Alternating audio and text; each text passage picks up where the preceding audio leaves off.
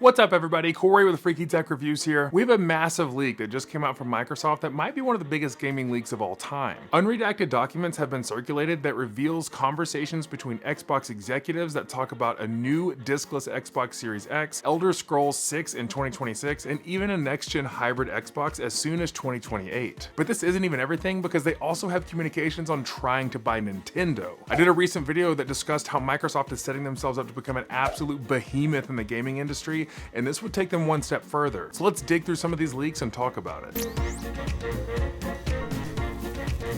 In case you didn't know, Microsoft has been wrapped up in a case where the Federal Trade Commission is blockading them from acquiring Activision Blizzard for $68.7 billion.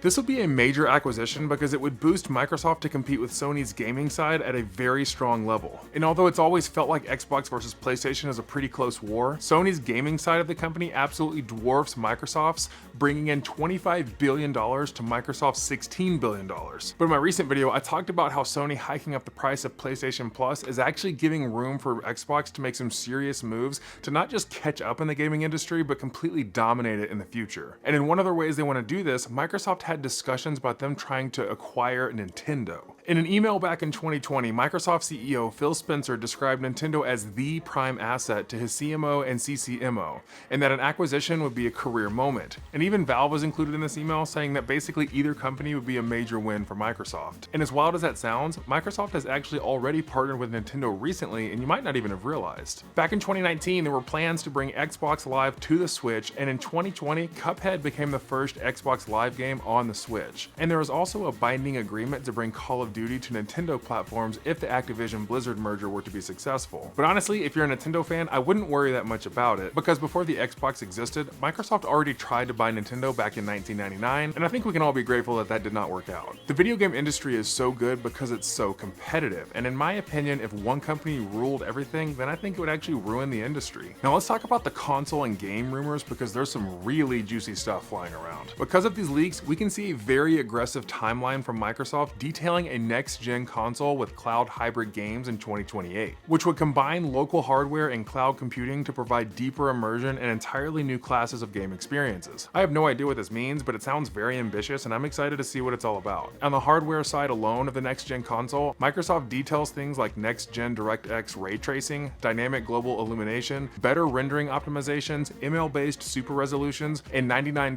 handheld devices that would utilize xCloud computing only. Another leaked slide titled "The Journey Has Already Started" shows a roadmap of hardware and hybrid game design starting in 2024, with dev kits available by 2027 and shipping in 2028. Now that all sounds great, but it's just graphs and roadmaps. But the real meat and potatoes of the leaks come down to something called Project Brooklyn. And before we dive into the rest of the console leaks, be sure to subscribe and join the Freaky Tech family so that I can continue bringing gaming news to you. Brooklyn is code for the Xbox Series X refresh, set to release in 2024. The new Xbox will deliver 4K gaming with improvements across the board. It has an updated design that makes it round and looks like a cylinder, and the Series X refresh will have a 2TB SSD, a front port USB-C, Wi-Fi 6E and Bluetooth 5.2, reduced power consumption, and it'll be more efficient all around while still maintaining the price tag of $499. But I don't think that'll stop production of the Series X, because the Series X refresh is looking to eliminate the disk drive entirely. And there's a lot of gamers that still prefer physical discs, especially because of the backwards compatibility. And also with the updated console, there's also an updated controller coming in 2024, codenamed Sebile. I don't know exactly how to say it,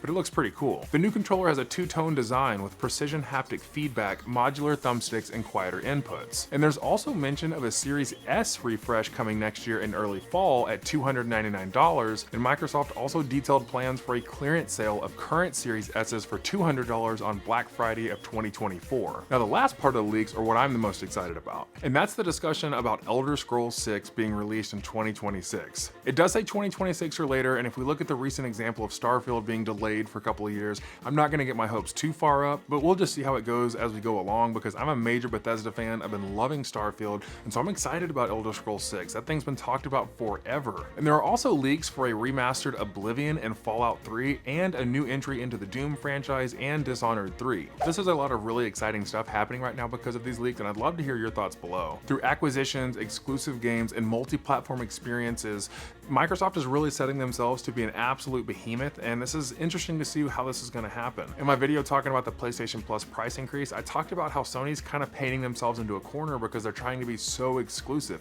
You can't play their games on any other platform. They have a handheld coming out that's just for the PlayStation 5 and nothing else, when you have all these other handhelds coming out that can play Xbox Game Pass like it's nothing. With what Microsoft is currently doing, they are building something that's going to be really hard to compete with for Sony. Now, what I also said in that video is that the PS5 lifetime sales are still double that of the Xbox Series S and X, so they do have a lot of catching up to do, but they're going about it the right way, and it's going to be interesting to see what Sony does to slow it down. But these leaks definitely add more fuel to the fire, and I'm curious to see how it's going to go. Be sure to check out that video for my full perspective, and if you haven't already, be sure to subscribe and join the Freaky Tech family, and it also helps me grow if you like the video and turn on notifications. But thank you so much again for your time today. I really appreciate you spending it with me. Again, I'm Corey with Freaky Tech Reviews. I'll see you next time.